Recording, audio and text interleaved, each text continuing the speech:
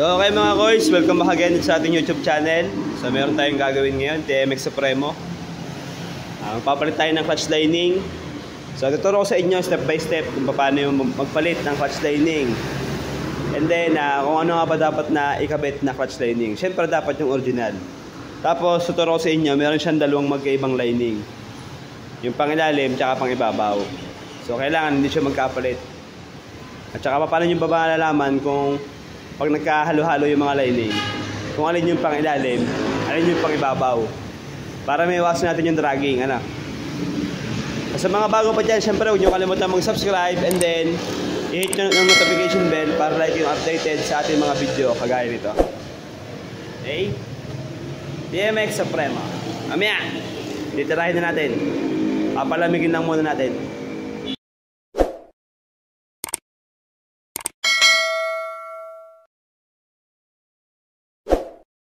Okay mga koy, sa pagsisimula, syempre kailangan nyo tanggalin yung mga sagabal.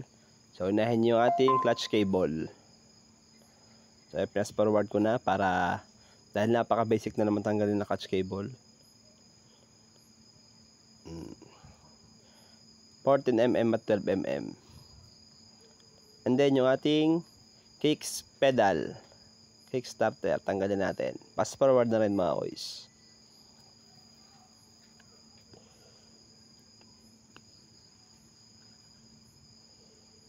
And then, after nyo matanggal yung ating kick pedal, buksan ng dipstick. And then patuloy nyo yung ating oil. So yung ating kick pedal is 12mm yung tornilyo nya.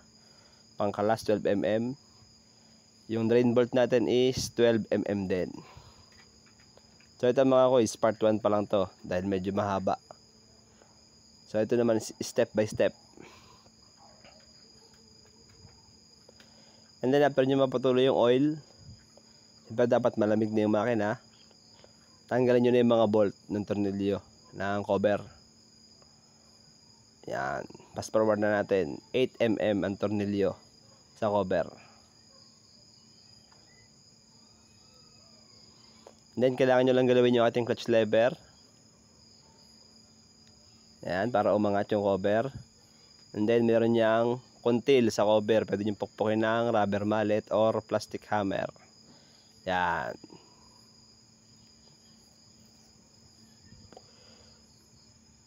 And then dahan-dahan nyo lang siyang huhugutin. Minsan humihirap siyang dukutin or tanggalin yung cover dahil yung dowel pin is kumakapit, nagkakameron dumi. So pag natanggal nyo yung cover, huwag nyo kakalimutan yung ating dowel pin para hindi mahulog. Meron siyang dalawang dowel pin. Pag sobrang galit ng dowel pin, huwag nyo nang tanggalin. Huwag nyo nang subukan ng pliers dahil baka mabingot. Yan yung cover. And then yung dowel pin. So sa part na yan, isang dowel pin lang ating natanggal. Dahil stuck up na yung isang dowel pin. So pag ganyan, hayaan nyo na lang yan. Para sa mga naka-TMX Supremo dyan, or anumang Honda brand na merong Honda motorcycle na merong strainer na gaya nito. So every 12,000 km or yearly kailangan nyo ito nilisin. Ito. Ayan o. 12k kilometer oil strainer screen. May mga dyan, naiipon dumi. So kailangan kahit hindi kayo magpapabukas ng wala kayong papalitan lining, hindi kayo papalitan lining, kailangan napapalinis nyo ito para yung smooth yung daloy ng langis. Okay? So mga koys, ito na yun sa lining. Sinasabi ko sa inyo. No, meron siya ang dalawang iba yung part number doon sa tatlo. So yung tatlo, ito yung panggitna. 22201 KTT-900, no? So kung sakaling mapaghalo-halo nyo itong mga to, tingnan nyo lang yung groove nya. Ito yung pangilalim tsaka pangibabaw. No? Yung pagitan nya, konti lang, And then yung panggitna, mas malalawak yung pagitan. Tatlo yan. So sa ganyan, hindi na kayo malilito, Kahit mapagsama-sama nyo siya, mas maliliit yung pagitan. Ito yung pangilalim at saka pangibabaw. Tapos ito yung panggitna. Tatlo yung panggitna. Tapos kailangan nyo siyang basahin ng langis bago nyo siya ilagay. Para hindi siya magkapit-kapit. At hindi agad siya mapudpod kapag umandar na. Okay? So, hindi pa natin kinakalas dahil medyo mainit pa. Kailangan natin palamigin para mas maganda, ano?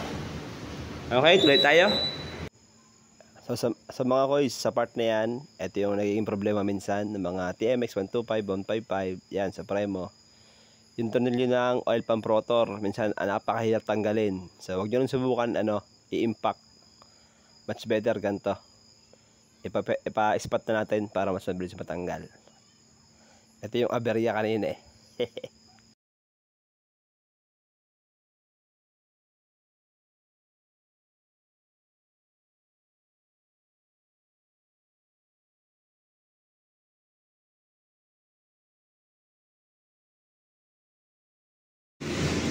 So mga koys, continuation.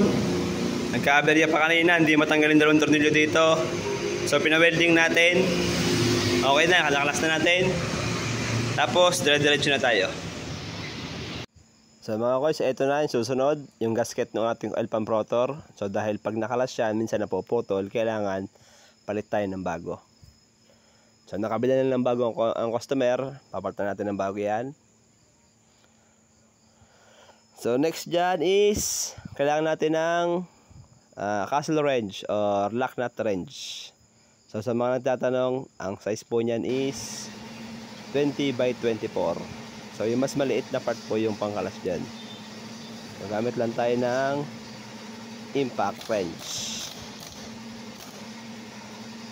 And then makakalas nyo na yung ating oil pump rotor.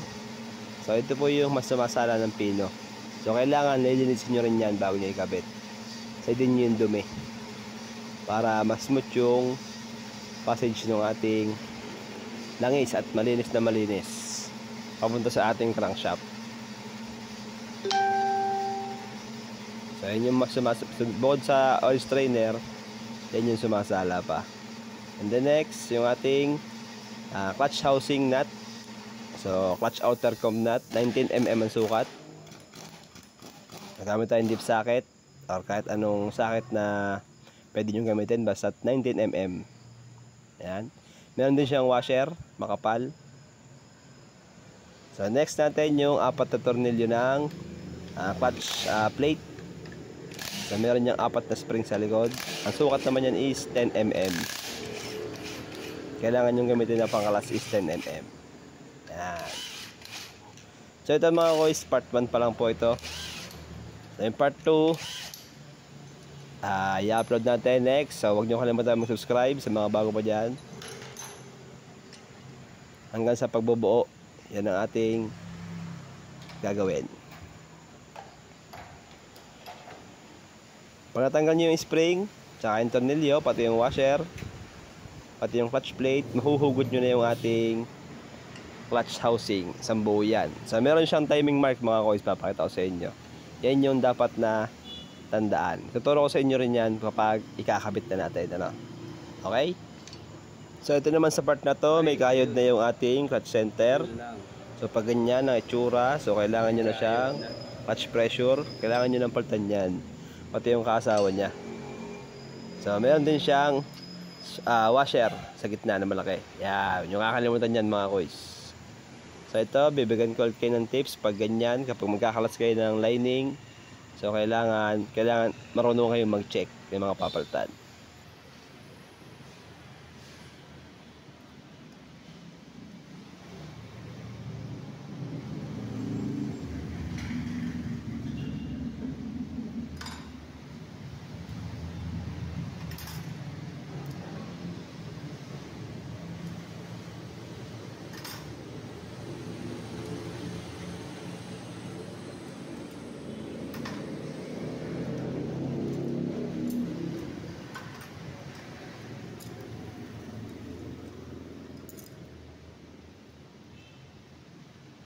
So sa part na yan, hanggang dyan na lang yung kakalasin nyo, hindi nyo na kailangan kalasin yung iba. Okay na yan. Pero na lang kung talaga napakadumi. Kailangan nyo siyang linisin.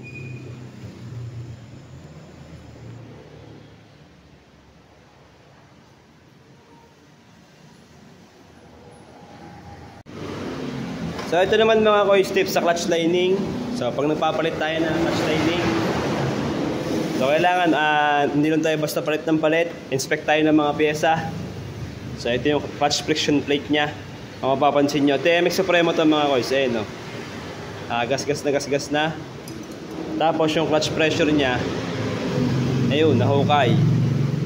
So ito, pag hindi ito napalitan, itong gantong part na nasira, wala rin kwenta yung magpapalit yun ng clutch lining kasi slide pa rin yan, ano? So ito yung kailangan natin palitan. And then syempre yung kanyang clutch lining. Ayan, wala na to mga koys, palit na.